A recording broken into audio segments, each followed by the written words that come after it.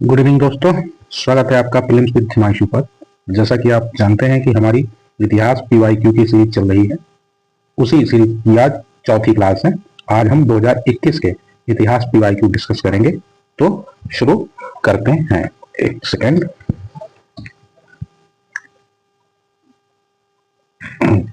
तो ये हमारा पहला प्रश्न है कि मुरैना के समीप स्थित 64 योगिनी मंदिर के संदर्भ में निम्नलिखित कथनों पर विचार कीजिए। तो पहला विकल्प कह रहा है कि यह कच्छप घाट राजवंश के शासनकाल में निर्मित एक वृत्ताकार मंदिर है। नंबर 2, यह भारत में निर्मित एकमात्र वृत्ताकार मंदिर है। तीसरा कह रहा है इसका उद्देश्य इस क्षेत्र में वैष्णव पूजा पद्धति को प्रोत्साहन देना था। और चौथा कह रहा है कि इसके डिजाइन से यह लोकप्रिय धारणा बनी कि यह भारतीय संसद भवन के लिए प्रेरणा स्रोत रहा था। तो उपयुक्त कथनों में से सही है।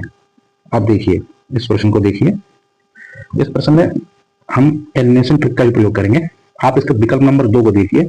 इसमें कह रहा है कि यह भारत में निर्मित एकमात्र वृत्ताकार मंदिर है, मतलब सिर्फ अकेला वृत्ताकार मंदिर है पूरे भारत में, और कोई भी मंदिर वृत्ताकार नहीं है। तो आप सोचो, ऐसा हो सकता है कि पूरे भारत में और कोई वृत्ताकार मंदिर ही ना हो? तो थोड़ा अजीब सा नहीं है? मतलब एकदम एक्सट्रीम बात कह रहा है। तो हम अगर दो ऑप्शन को काट दें तो देखिए ये हमारा चला गया, ये चला गया और ये चला गया, सीधे हम आंसर सीधे पहुंच गए।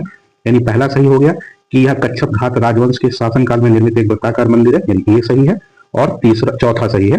चौथा क्या कह रहा है, इसके डिजाइन से यह लोकप्रिय धारणा बनी थी, भारतीय संसद भवन की प्रेरणा स्रोत था, ये सही हो गया। और तीसरा भी हमारा गलत हो गया, ये वैष्णव पूजा पद्धति को प्रोत्साहन देता है। तो ये जो मंदिर जो है 64 योगिनी मंदिर है, 64 योगिनी मंदिर, ये देखिए ये इसकी संरचना इस तरीके की है। ठीक है, ये मध्य प्रदेश के मुरैना जिले में स्थित है।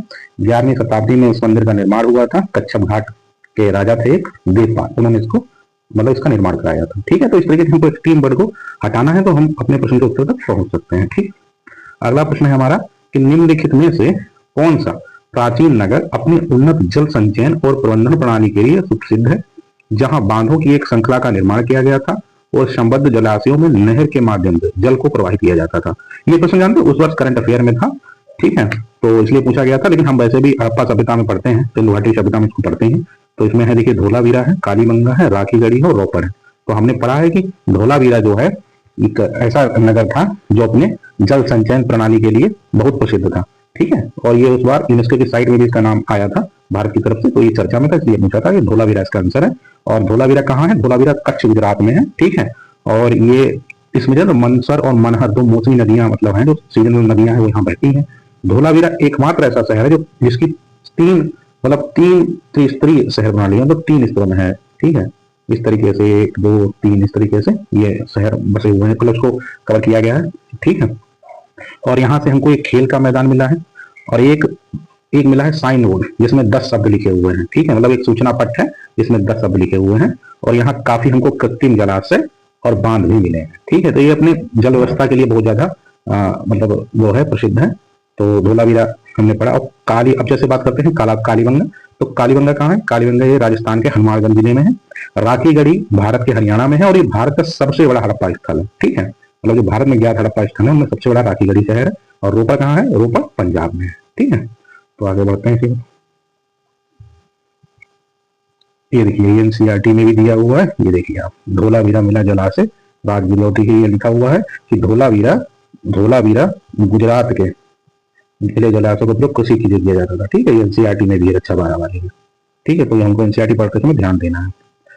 अगला हमारा प्रश्न है कि 17वीं शताब्दी के पहले चतुर्थांश में, ठीक है, यानी 17वीं शताब्दी के पहला चतुर्थांश मतलब 1600 से 1600, ठीक है, इस तक की बात कर रहा है। कहां पर इंग्लिश ईस्ट इंडिया कंपनी ने कारखाना तथा कारखाने स्थित कर लिए थे, यानी कहां कहां इनका कारखानों का निर्माण कर लिया था। ठीक है, तो इसमें ऑप्शन है कि भरूच, चिकागोल और त्रिचिनापोली। ठीक है, और इसका उत्तर कह रहा है कूट में दीजिए। तो देखिए यूपीएससी क्या करता है ना, यूरोपियों के आगमन से हर वर्ष प्रश्न पूछता है। जैसे हमने कल डिस्कस किया था कि 2022 में भी इन्होंने पूछा था कि डच से संबंधित प्रश्न नहीं पूछा था कि डचों ने पहली फैक्ट्री की स्थापना गंजम के राजाओं के उसमें की थी, यानी। और इस बार यहाँ इन्होंने क्या पूछ लिया? यहाँ इन्होंने पूछ लिया ईस्ट इंडिया कंपनी कारखाने की स्थापना कहाँ। तो जो हम यूरोपियों का आगमन पढ़ते हैं तो थोड़ा इसको विशेष ध्यान दें। ठीक है, तो इसमें जानते हैं इसका आंसर है ए। ठीक है, भरूच, सिर्फ भरूच का। ठीक है, क्योंकि 1600 से 1625 बीच में भरूच, अहमदाबाद, आगरा और मूसलीपट्टनम में अंग्रेजों ने अपनी फैक्ट्रियों की स्थापना कर ली थी। और हम जानते हैं कि ईस्ट इंडिया कंपनी की स्थापना 1599 ईस्वी में हुई थी। ईस्ट इंडिया कंपनी में जो कैप्टन हॉकिंस था वो जहांगीर से मिला था सबसे पहले अंग्रेजों के ईस्ट इंडिया कंपनी के प्रतिनिधि के रूप में। तो हम जब पुर्तगालियों का आगमन पढ़ें तो विशेष ध्यान दें, ठीक है, कि पहली फैक्ट्री कहाँ बनी थी, किसने, कौन राजा था, किसने अनुमति ली थी, तो इस तरह के क्वेश्चन आते हैं। देखिए 22 किसने भी आया, वो 22 में भी आया, 21 में भी आया, ठीक है। अगला प्रश्न देखिए, अगला प्रश्न कह रहा है कि गुप्त वंश के पतन से लेकर आरंभिक शताब्दी में हर्षवर्धन के उत्थान तक उत्तर भारत में निम्नलिखित में से किन राज्यों का शासन था। नीचे दिए गए कूट का सही उत्तर चुनना है हमको, ठीक है। अब इस प्रश्न में जानते हैं, इस प्रश्न को देखें तो हम ट्रिक से भी कर सकते हैं, ठीक है। पूछ रहा है कब से, गुप्तों से, यानी गुप्त कब से कब तक थे, एक सेकंड, गुप्त कब से कब तक थे, गुप्त थे 319 से लगभग 550 तक, ठीक। और गुप्तों का संस्थापक कौन था, श्रीगुप्त था, ठीक है। श्रीगुप्त ने गुप्त वंश की स्थापना की थी। दूसरा है हर्षवर्धन, हर्षवर्धन जो राजा था, हर्षवर्धन, एक सेकंड, हर्षवर्धन जो था, हर्षवर्धन तुम्हारा 606 से 606 से गद्दी पे बैठ, 606 से 647 तक इसने ईस्वी तक इसने राज किया, ठीक है। यानी इस 550 से लेकर 606 के बीच में किन किन लोगों ने शासन किया, ये एक तरीके से प्रश्न बन रहा है, ठीक। अब इस पर हम जरा ध्यान दें, तो ध्यान दें, देखिए पहला ऑप्शन रही थानेश्वर के पुष्पभूति, ठीक है। थानेश्वर के पुष्पभूति, थानेश्वर के पुष्पभूति कौन थे, हर्षवर्धन उसी वंश का तो था, यानी हर्ष से पहले जो राजा थे उसी वंश में उन्होंने राज किया, तो हर्ष थानेश्वर हो गया, थानेश्वर के पुष्पभूति। अब 3 देखिए किसमें किसमें है, 3 देखिए बी में है, सी में है, बी और सी में है, यानी डी में नहीं है और इसमें भी नहीं है, देखिए उसी से निकला ना। अगला हम देखते हैं, पूछ रहा है इसमें, अब देखिए अब चौथा तो सही हो गया क्योंकि लिखा हुआ कन्नौज के मोखरी, हमने पढ़ा है कन्नौज जो था, कन्नौज के मोखरी था, मोखरी वंश था, उसका संस्थापक कौन था, हरिवर्मन उसका संस्थापक था। और खुद हर्षवर्धन की बहन थी जो राजश्री, उसकी शादी भी इसी वंश के राजा गृहवर्मा के साथ हुई थी, तो ये भी सही हो गया, इससे पहले ही थे, ठीक है, ये भी हो गया, ठीक है। अब हम इसको हमारा ऑप्शन देखते हैं 5, कह रहा है देवगिरी के यादव। अब देखो देवगिरी के यादव जरा ध्यान दो, देवगिरी के यादव कौन थे, हमने पढ़ा है कि अलाउद्दीन खिलजी ने 1307 में इनसे युद्ध किया था, युद्ध जीत लिया था।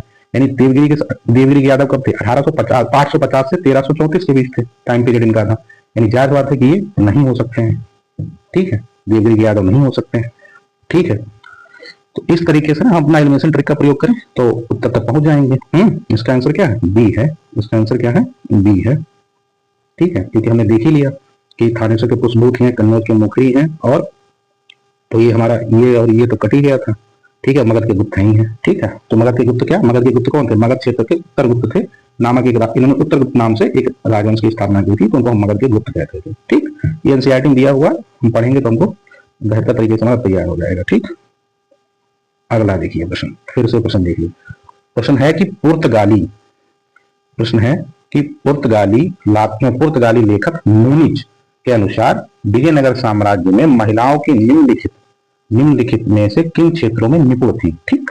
अब देखिए फिर से इन्होंने विजयनगर पूछा, और मैंने लगातार 2 से 3 दिन से पिछले 2-3 वीडियो मैंने बताया है कि विजयनगर यूपीएससी का फेवरेट टॉपिक है, ठीक है। वो हर बार से यहाँ प्रश्न पूछता है, तो विजयनगर हमको बहुत अच्छे से पढ़ना है, ठीक है, विजयनगर बार बार पढ़ना है। अब देखिए कह रहा है कि कुत्ती, ज्योतिष शास्त्र, लेखाकरण, भविष्यवाणी, नीचे दिए गए कूट में से कूट का प्रयोग कर सही उत्तर को चुनिए। अब देखिए हमने अच्छे से पढ़ा है कि विजयनगर साम्राज्य में स्त्रियों की स्थिति बहुत बेहतर थी, ठीक है। और हम जानते हैं कि वो राजकीय पदों पर भी थी, प्रथा प्रथा वहां नहीं थी, ठीक है, लेकिन सती प्रथा प्रचलित थी। तो जब हम विजयनगर पढ़ेंगे तो उसमें दिखेगा कि महिलाओं की भूमिका हर क्षेत्र में थी, ठीक है, चाहे फिर वो कुश्ती हो, चाहे ज्योतिषी हो, चाहे लेखाकरण हो, चाहे भविष्यवाणी हो। तो इसका आंसर क्या हो जाएगा, डी हो जाएगा। तो हमको एनसीईआरटी में या जहां कभी हम पढ़ते हैं विजयनगर साम्राज्य को बहुत अच्छे से पढ़ना है, बार बार पढ़ना है, क्योंकि हर बार प्रश्न आ रहा है विजयनगर से, तो इसको हम स्किप नहीं कर सकते, इस टॉपिक को पढ़ना ही पढ़ना है। ये देखिए अगला प्रश्न है, आंध्र प्रदेश में मदनपल्ली के संदर्भ में निम्नलिखित में से कौन सा कथन सही है। पूछा है कि पिंगल वेंकैया ने यहाँ भारतीय राष्ट्रीय ध्वज तिरंगे का डिजाइन किया था। अगला कह रहा है कि पट्टाभी सीतारमैया ने यहाँ आंध्र क्षेत्र में भारत छोड़ो आंदोलन का नेतृत्व किया था। अगला कह रहा है रविन्द्रनाथ टैगोर ने यहाँ राष्ट्रगान का बंगला से अंग्रेजी में अनुवाद किया था। और चौथा कह रहा है कि मैडम ब्लावस्ती और कर्नल आलकाट ने सबसे पहले थियोसॉफिकल सोसाइटी का मुख्यालय यहाँ स्थापित किया था, ठीक है। अब इस प्रश्न को जरा देखिए, हमको ये वाला पता है कि इसकी स्थापना चेन्नई में की गई थी, ठीक है, चेन्नई में की गई थी, ठीक है। हमको ये भी पता है कि ये आंध्र प्रदेश जो था पट्टाभी सीतारमैया ने यहाँ से नहीं किया था, ठीक है, तिरुचनापल्ली से किया था, ये भी हम एनसीईआरटी में पढ़ते हैं। तो हमको पता लगा ये नहीं है और ये नहीं है, ये दो तो नहीं है, अब या तो ये होगा या तो सी होगा, ठीक है। और एनसीईआरटी में शायद ये कहीं दिया हुआ है, ये वाला मतलब चाहे 7 की एनसीईआरटी हो, मतलब पॉलिटिकल साइंस वाली, चाहे 6 की, तो इसका आंसर सी है। लेकिन हमने कम से कम क्या किया ना, हमने इन दो को तो एलिमिनेट कर ही दिया ना, कि हमने दो तो हटा ही दिया कि हाँ यार डी नहीं हो सकता है और बी नहीं हो सकता है, और ये और सी में से कोई एक होगा, तो हम 50-50% तो हमने एलिमिनेट कर ही दिया ना। तो इस तरीके से हम अपने प्रश्न के उत्तर के नजदीक पहुंचेंगे। तो हमको क्या करना है ना, हमको अपनी इन्फॉर्मेशन प्रयोग करते हुए बाकी विकल्पों को हटाना है, ठीक है। जितने विकल्प हम हटाते जाएंगे हम आंसर के नजदीक पहुंचते जाएंगे, ठीक है। चलिए आगे बढ़ते हैं, अगला प्रश्न देखते हैं। अगला प्रश्न देखिए ये वाला, इस प्रश्न को देखिए जरा। ये प्रश्न जानते हैं, हमने जब 24 वाला किया था पीवाईक्यू उसमें भी था, ठीक है। उसमें ये पूछा हुआ था चंद्रकेतुगढ़ और गणेश्वर था उसमें, ठीक है। तो ये दोनों देखिए रिपीट हुआ है, यानी यहाँ से यहाँ पहले 21 में पूछा गया, फिर यही प्रश्न सेम 24 में पूछा गया। 24 का प्रश्न देखिएगा, उसमें ये प्रश्न दिया हुआ है, ठीक है। तो हम पढ़ चुके हैं कि चंद्रकेतुगढ़ क्या है, टेराकोटा पकी हुई मिट्टी के मतलब बर्तन और बनाते थे लोग। गणेश्वर अपनी तांबे से बने हुए उसके लिए वो था, फेमस था, ठीक है। तांबे की आकृति के लिए फेमस था। तो ये दोनों हम पढ़ चुके हैं, और 24 वाले में देखिए पूछा गया। तो पीवाईक्यू करने का फायदा यही होगा कि हम इधर करेंगे तो हमको आगे वाले एग्जामों में हो सकता है 26 वाले में इसी से क्वेश्चन मिलेंगे, ठीक है। और बुर्ज होम हम जान ही रहे हैं कि बुर्ज होम क्या था, शिव मंदिर नहीं है, नव पाषाणकालीन एक स्थल है, ठीक है। और यहाँ पुरुषों के साथ जानवर हो, जो उनके पालतू जानवर होते हैं, कुत्ते हो गए, भेड़िया हो गए, उनको इनके साथ दफनाया जाता था, ठीक। तो क्या हुआ कि हमारा आंसर क्या हो जाएगा, हमारा आंसर क्या हो जाएगा, डी हो जाएगा, ठीक। क्योंकि ये दो सही है। और ये देखिए 24 वाले पीवाईक्यू भी था, मतलब पहले 21 में पूछा गया, फिर 24 में पूछा गया। तो हम पीवाईक्यू को विशेष फोकस से करेंगे तो हमको इसमें से आंसर आगे प्रश्न उत्तर मिलेंगे, ठीक है। अगला प्रश्न देखिए, ये भी देखिए। अब ये देखिए, ये 21 में पूछा गया, फिर 22 में भी पूछा गया। कल भी हमने डिस्कस किया था कि पहला ही प्रश्न कह रहा है कि इल्तुतमिश के शासनकाल में चंगेज खान भगोड़े खारिज्म युवराज की खोज में सिंध नदी तक पहुंचा था। तो हमने कल डिस्कस किया था, ये एकदम सही है, तो ये वाला सही हो गया। अगला कह रहा है कि मोहम्मद बिन तुगलक के शासनकाल में तैमूर ने मुल्तान पर अधिकार किया था और सिंध नदी को पार किया था। तो हमने अच्छे से पढ़ा है कि तैमूर जो था, तैमूर लंग था, उसने आक्रमण मोहम्मद बिन तुगलक के समय नहीं, बल्कि 1398 में, किसके समय में, नासरुद्दीन के समय में किया था, ठीक है। तो इसके समय में नहीं किया था, किसके समय में, मोहम्मद बिन तुगलक के समय में। तो ये वाला हमारा ऑप्शन 2 गलत हो गया, ठीक है। तो 2 गलत होगा, देखिए बी और डी चला गया। अब एक सही है या 3 सही है, हम तो पहले ही पहुंच चुके हैं कि एक सही है, एक सही है तो एक अपने आप सही होगा, 3 तो गलत हो ही जाना है, हमको पढ़ना ही नहीं है, ठीक है। मतलब उस ऑप्शन पढ़ने की जरूरत ही नहीं है। अब देखिए ना, कह रहा है कि तीसरा विजयनगर साम्राज्य में देवराय द्वितीय के शासनकाल में वास्को डी गामा केरल के तट पर पहुंचा था, ठीक है। अब आप खुद सोचिए कि देवराय हमने देखिए फिर से ये किससे, विजयनगर से ही है। अब देखिए देवराय द्वितीय जो था उसका शासनकाल कब से 1425 से 1446 के बीच था, 1446 के बीच था। और वास्को डी गामा भारत कब आया था, 1498 में आया था। तो जायजवाद ये हो ही नहीं सकता, तो ऐसे निगेटिव की हट जाएगा। तो हमको क्या करना है, हमको पीवाई को ध्यान देना है, एनसीईआरटी और विजयनगर चैप्टर पर विशेष ध्यान देना, ठीक है। हमारा एलिमिनेशन से ये क्वेश्चन सही होते जाएंगे, तो हमको अपना ज्ञान प्रयोग करना है और आगे बढ़ना है, ठीक। चलिए अगला प्रश्न हमारा है ये प्रश्न जानते हैं उस बार चर्चा में था, करंट अफेयर का प्रश्न था, और ये थोड़ा लेंदी भी, कठिन भी है, इसके लिए कहीं कुछ मिल भी नहीं रहा है, ठीक है। तो ये प्रश्न जो है ना, ये करंट अफेयर उस साल चर्चा में था, उसका आंसर सी था, ठीक। कि संत फ्रांसिस जेवियर जेसुइट संघ के संस्थापक सदस्यों में से एक थे, और गोवा में प्रतिवर्ष संत फ्रांसिस जेवियर की भोज का अनुष्ठान किया जाता है, सही है। इसमें लिखा है कि संत फ्रांसिस जेवियर की मृत्यु गोवा में ही तथा उनको समर्पित एक गिरजाघर, तो उनकी मृत्यु शायद गोवा में नहीं हुई थी, उनकी मृत्यु स्वीडन या कहीं हुई थी, पुर्तगाल में। तो ये आंसर जो है इसका सी आंसर है, और ये उस समय करंट में चर्चा में था, इसलिए इसमें बहुत ज्यादा कुछ था नहीं। और ये वाला प्रश्न देखिए, ये कह रहा है कि प्राचीन भारत के इतिहास के संदर्भ में निम्नलिखित कथनों में से कौन सा सही है। कह रहा है कि मिताक्षरा ऊंची जात की सिविल विधि थी और दयाभाग निम्न जात की सिविल विधि थी, ठीक। ऑप्शन 2 कह रहा है कि मिताक्षरा व्यवस्था में पुत्र अपने पिता के जीवन काल में ही संपत्ति पर अधिकार का दावा कर सकते थे, जबकि दयाभाग व्यवस्था में पिता की मृत्यु के उपरांत ही पुत्र संपत्ति पर अधिकार का दावा कर सकते थे, ठीक है। तीसरा कह रहा है कि मिताक्षरा व्यवस्था किसी परिवार के केवल पुरुष सदस्यों के संपत्ति संबंधी मामलों विचार करती है, जबकि दयाभाग व्यवस्था किसी परिवार के पुरुष एवं महिला सदस्यों दोनों के संपत्ति संबंधी मामलों पर विचार करती है। तो इसमें सोच रहा कि कौन सा उत्तर इसका सही है, ठीक है। अब देखिए इसमें जानते हैं क्या है कि पहला वाला गलत है। क्यों गलत है, क्योंकि दोनों हिंदू कानून विधि हैं, लेकिन उसमें ऊंची जात और निम्न जात अलग अलग नहीं, दोनों में इसका विवरण है, तो इसलिए गलत हो गया। और तीसरा भी गलत है। तीसरा क्या कह रहा है, तीसरा गलत है, कह रहा है कि स्त्री पुरुष के लिए अलग अलग नहीं, दोनों के प्रावधान एक ही में थे, ठीक। और ये हमारा 2 वाला ऑप्शन सही, यानी बी हमारा आंसर है। क्यों बी हमारा आंसर है, ठीक है। और मिताक्षरा जो था वो यज्ञावल्क्य स्मृति थी, यज्ञावल्क्य स्मृति थी, उस पर विज्ञानेश्वर की टीका थी, उसको मिताक्षरा हम लोग कहते हैं। ठीक है। यह ग्रंथ जन्म से ही उत्तराधिकार के बारे में बात करता है, ये तो लिखा ही। ठीक। और दया भाग जो था इसकी रचना जिनोतवाहन ने की थी ना, जिनोतवाहन ने इसको द्वारा ये लिखित था। तो ये थोड़ा हमको पढ़ना है, इसको अच्छे से पढ़ लीजिएगा। इसमें कोई ट्रिक्स भी नहीं थी ऐसे। अब ये वाला प्रश्न देखिए 41 नंबर।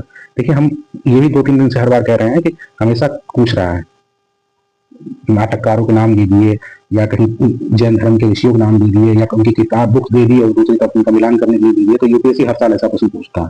ठीक है। तो इसमें भी इन्होंने फिर से पूछा यही प्रश्न से कि पूछ रहा है कि भवभूति हस्तिमल और क्षेमेंद्र क्यों प्रसिद्ध थे? जैन साधु थे, नाटककार थे, मंदिर वास्तुकार थे, या दार्शनिक थे? अगर हमने सही से पढ़ा तो हम देख सकते हैं कि हमने क्षेमेंद्र को पढ़ा है। क्षेमेंद्र की हमने एक किताब पढ़ी है, कौन सी? बृहद कथा मंजरी। हम अक्सर पढ़ते हैं बृहद कथा मंजरी किसकी है? क्षेमेंद्र की है।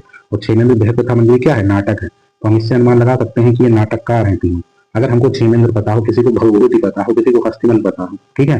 तो देखिए भवभूति के बारे में हिंदी में दिया हुआ है, साहित्य में बहुत अच्छे से दिया हुआ। ठीक है। तो वो भवभूति कौन थे? ये यशो बर्मन के दरबार में थे, और उन्होंने महावीर चरित्र जैसे तीन नाटक लिखे थे। महावीर चरित्र का एक नाटक था, और क्षेमेंद्र तो हम पढ़ चुके हैं। क्षेमेंद्र का बृहद कथा मंजरी बहुत फेमस नाटक है जो हम पढ़ते हैं। ठीक है। तो ये तीनों नाटककार थे। अगर हमको एक का भी पता होता तो हम अनुमान लगा सकते थे। ठीक है।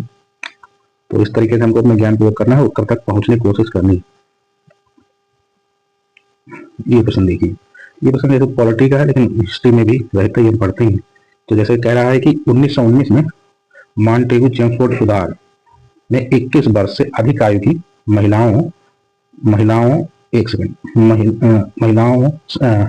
के मॉन्टेगू चेम्सफोर्ड सुधार में 21 वर्ष से अधिक आयु की सभी महिलाओं के लिए मताधिकार की प्रस्तुत की गई थी। अब खुद सोचो, कह रहा है सभी महिलाओं को। अब आप सोचो 1919 में सभी महिलाओं को मताधिकार की मतलब मताधिकार दे दिया गया था? नहीं दिया गया था। अगर हमने नहीं पढ़ा तब भी सोचेंगे सभी महिलाएं। सोचो बड़ा अजीब सा लगता है कि सभी महिलाओं को कैसे दे देंगे? दे ही नहीं तो अंग्रेज कहाँ देते थे? इतना तो मांगना पड़ता तब भी नहीं मिलता था। वो आसानी से दे देंगे, नहीं देंगे तो ये हमारा इसी गलत हो जाएगा। अब जैसे हमारा ये गलत हुआ, ये दोनों कट गए। अब ये तो ये सही होगा, या तो क्या गलत कर दिया? नहीं, एक सेकंड गलत हुआ। ठीक तो है। सभी महिलाओं कैसे दे देंगे? सभी महिलाओं तो हमारा पहला ऑप्शन गलती हो गया ना। एक सेकंड, पहला हमारा गलत हो गया। ठीक, पहला गलत हुआ तो ये वाला चला गया, ये वाला चला गया। अब जायज बात है। दूसरा पढ़ते हैं। दूसरा कह रहा है कि 1935 के गवर्नमेंट ऑफ इंडिया एक्ट में विधानमंडल में महिलाओं के लिए आरक्षित स्थानों का प्रावधान किया गया था। हाँ, तो ये हम पढ़ते हैं कि 1935 के अधिनियम में क्या हुआ था कि सीमित मात्रा में दलित वर्ग, महिलाओं और सिंगों के पृथक निर्वाचन मंडल की बात की गई थी। तो ये हमारा दूसरा सही हो गया, तो हमारा बी हो गया। ठीक है। जानते 19 जितने भी अधिनियम है, चाहे वो 1919 हो, 1909 हो, 1919 हो, 1935, इनको बहुत अच्छे से करना है। ठीक है। तीन तो बहुत महत्वपूर्ण है, हर बार प्रश्न पूछता है। 1935 से 22 में भी पूछा था। ठीक है। तो इन पर थोड़ा ध्यान देना। अगला प्रश्न देखो। अगला प्रश्न कह रहा है कि भारतीय इतिहास में 8 अगस्त 1942 के संदर्भ में निम्नलिखित कथनों पर विचार कीजिए। पूछ रहा है AICC द्वारा भारत छोड़ो आंदोलन मतलब भारत छोड़ो प्रस्ताव अंगीकार किया गया था। ठीक है। अब देखिए हमको सभी पता है 8 अगस्त 1942 को भारत छोड़ो आंदोलन शुरू हुआ था। तो ये तो अपने आप ही ये सही हो जा रहा है। ठीक है। बाकी पढ़ने की जरूरत ही नहीं है, यहीं से तक पहुंच जाएगा। फिर आगे पूछ रहा है वायसराय की एग्जीक्यूटिव कांग्रेस का विस्तार, अधिक संख्या में भारतीयों को सम्मिलित करना, 7 प्रांतों में कांग्रेस विधानमंडल त्याग पत्र, ये सब मतलब हम पहले ऑप्शन पढ़ते ही पहुंच गए कि 8 अगस्त 1942 में क्या हुआ था, भारत छोड़ो आंदोलन की शुरुआत हुई थी। कहाँ से हुई थी? मुंबई के ग्वालियर टैंक से। ठीक है। और उसमें कांग्रेस का अध्यक्ष कौन था? मौलाना अबुल कलाम आजाद थे। ठीक है। और ये प्रस्ताव जो था नेहरू जी ने पेश किया था। ठीक, प्रस्ताव उसने पेश किया था, नेहरू जी ने प्रस्ताव पेश किया था। तो ये तो मतलब इजी प्रश्न था, हम इसको पढ़ेंगे तो हम उत्तर तक पहुंच जाएंगे, कोई दिक्कत नहीं है। ठीक है। अगला ऑप्शन देखिए, अगला प्रश्न है ये कि इनमें से कौन अंग्रेजी में अनुदित प्राचीन भारतीय धार्मिक गीत का सॉन्ग ऑफ प्रेजेंस से संबंध है? पूछ रहा है कि बाल गंगाधर तिलक, जवाहरलाल नेहरू, मोहनदास करमचंद गांधी और सरोजिनी नायडू। अब ये प्रश्न जानते हैं, या तो हमको पता हो तब कर लेंगे, नहीं तो हमको सोचना होगा। ठीक है। कि हमारा मतलब बिना इन्फॉर्मेशन तो ये होना ही नहीं है। मतलब जब हमने अच्छे से पढ़ा हुआ तभी होगा, नहीं तो आप मतलब तुक्के मार सकते हैं। मुझे लग रहा है तुक्का गलत ही होगा। ठीक है। तो इसका आंसर तो मोहनदास करमचंद गांधी है, क्योंकि इन्होंने अरबदा जेल में, जब ये अरबदा जेल में थे तब इन्होंने किया था उपनिषद गीता जो संस्कृत में थे उनका अनुवाद किया था, और उसको जॉन वॉयलैंड नाम से एक था, उसने इसको जब प्रिंट किया था यूरोप में, तो उसने इसको नाम दिया था सॉन्ग ऑफ प्रेजेंट। ठीक है। और गांधी जी अरबदा जेल में 1930 के दौरान उसको उन्होंने लिखा था। ठीक है। तो ये गांधी जी का है सॉन्ग ऑफ प्रेजेंट। ठीक है। ये क्वेश्चन देखिए, पूछ रहा है मध्यकालीन भारत के संदर्भ में निम्नलिखित में से कौन सा आकार की दृष्टि से आरोही क्रम में सही है, यानी नीचे से ऊपर की तरफ सही है। अब ये प्रश्न तो सबको पता है, एनसीईआरटी बहुत अच्छे से दिया हुआ है कि अगर हम बात करें तो जो मध्यकालीन जो इनका आकार मतलब इनका जो प्रशासन का सिस्टम था, तो उसमें क्या होता था, सबसे छोटी इकाई क्या होती थी, गांव होती थी, फिर परगना होता था, फिर सरकार होता था और फिर सूबा होता है। सूबा सबसे बड़ा होता था, ठीक है। अब इसमें तुम देखिए, इसमें क्या है कि हमारा ये हो जाएगा परगना सरकार सूबा, ठीक है, ये आंसर हो जाएगा। अब देखो गांव था, गांव गांव का क्या होता था, गांव में एक मुखिया होता था जो प्रशासन देखता था, दूसरा क्या होता था, पटवारी होता था जो राजस्व देखता था। वैसे परगना में क्या होता था, एक सिकदार होता था जो प्रशासन देखता था और एक आमिल होता था जो राजस्व अधिकार देखता था। सरकार में क्या होता था कि प्रशासक कौन होता था, सूबेदार फौजदार होता था, और आलमगुजार को क्या कहते थे, वो राजस्व देखता था। वैसे सूबा में क्या था, सूबा प्रांत था, सूबेदार इसका मेन था और दीवान इसका वित्त अधिकार देखता था। तो ये एनसीईआरटी में दिया हुआ है, आप वहीं पढ़ेंगे तो हो जाएगा आराम से, क्योंकि बहुत कठिन क्वेश्चन नहीं है, ठीक है। ये देखिए, पूछ रहा है कि इनमें से कौन सिक्योरिटी के रूप में हिंदू फीमेल स्कूल से संबद्ध थे या थी, जो बाद में बेतन केंद्रीय स्कूल के नाम से भी जाना जाता था, ठीक है। अब देखिए ये इस प्रश्न को ना, ये प्रश्न है आसान लेकिन बिना पढ़े नहीं होगा, ठीक है। अब वैसे हमको पता होना चाहिए बेतन फीमेल स्कूल, और ये स्त्रियों की शिक्षा को लेकर सबसे ज्यादा किसने लड़ाई लड़ी हम जानते हैं, ईश्वरचंद्र विद्यासागर। ईश्वरचंद्र विद्यासागर चाहे विधवा विवाह हो, ठीक है, बहु विवाह हो, इन्होंने इसके खिलाफ सीधा सीधा आवाज उठाई, और ये मतलब इन्हीं का मतलब वो था। तो ये बेतन स्कूल में 1849 के आसपास सखी पद पर कार्यरत थे, और ईश्वरचंद्र विद्यासागर का एक समाचार पत्र था बहुत फेमस, सोम प्रकाश, ठीक है। तो ये बाकायदा सामाजिक सुधार आंदोलन वाला जो चैप्टर है उसमें ईश्वरचंद्र विद्यासागर हुए, राम मोहन राय हुए, इन लोगों ने बड़े अच्छे से दिया हुआ, ये प्रश्न यहाँ से हर साल बनता ही है, ठीक है। तो ये दो प्रश्न आप पढ़े रहेंगे तो आप कर ले जाएंगे। अब ये वाला प्रश्न देखिए, तो ये तो पता ही होगा कि औपनिवेशिक भारत के संदर्भ में शाह नवाज खान, प्रेम कुमार सहगल, गुरबख्श सिंह ढिल्लो याद किए जाते हैं। ये देखिए सबको पता है, लगभग सभी पता ही होगा कि स्वदेशी और बहिष्कार आंदोलन के नेता के रूप में नहीं थे ये, 1946 की अंतरिम सरकार के सदस्यों के रूप में नहीं थे, संविधान सभा की प्रारूप समिति के सदस्य के रूप में ये भी नहीं थे। अगला तो आजाद हिंद फौज यानी इंडियन नेशनल आर्मी के अधिकारी के रूप में हमने खूब पढ़ा है, खूब अच्छे से पढ़ा है, कौन सा, लाल किला वाला, ठीक है। तो इन लोगों को इनको फांसी सजा दी गई थी 5 नवंबर से 11 नवंबर 1945 के बीच। इन तीनों के खिलाफ लाल किला जो था वो केस चला था, ठीक है। कांग्रेस ने आजाद हिंद फौज मतलब 12 नवंबर को लोगों ने आजाद हिंद दिवस मनाया, ठीक है। कांग्रेस ने आजाद हिंद फौज बचाव समिति का गठन किया था, इसमें भोलाबाई देसाई के नेतृत्व में, भोलाबाई देसाई के अध्यक्ष थे, इसमें नेहरू जी थे, सपरू थे, काटलू थे, तो ये सारे लोग थे। और फिर 3 जनवरी 1946 को वायसराय ने इनकी फांसी सजा यानी इनको माफ कर दिया था। तो ये हम लोग काफी पढ़ते हैं, तो ये चैप्टर मतलब ये प्रश्न देखो खास नहीं था, हम लोग पढ़ते रहते हैं इनके बाद में। अब ये देखिए फिर से विजयनगर आ गया, विजयनगर बहुत आता है। अगला है कि भारतीय इतिहास के संदर्भ में निम्नलिखित कथनों से कौन सा से सही है। पूछ रहा है कि हैदराबाद राज्य से आरकोट की निजामत का उदय हुआ। अगला पूछ रहा कह रहा है कि विजयनगर साम्राज्य से मैसूर राज्य का उदय हुआ। तीसरा है रोहिलखंड राज्य का गठन अहमद शाह दुरानी के द्वारा अधिकृत क्षेत्र से हुआ। अब देखिए हमने अच्छे से पढ़ा है कि क्या कि विजयनगर जो था उसी से मैसूर का गठन उदय हुआ। अब देखिए हमारा 2 सही है, ठीक है। लाला ऐसे देखें तो ये वाला कट जाएगा, 2 3 में है तो 2 सही हो गया, ठीक है। हैदराबाद से आरकोट की निजामत का उदय हुआ, ये गलत है क्योंकि ये कर्नाटक से था, ठीक है, ये कर्नाटक से था। और जो तुम्हारा रोहिलखंड राज्य के गठन अहमद शाह दुरानी के नेतृत्व में नहीं बल्कि हाफिज खां के नेतृत्व में हुआ था, ठीक है। तो इसका आंसर बी है।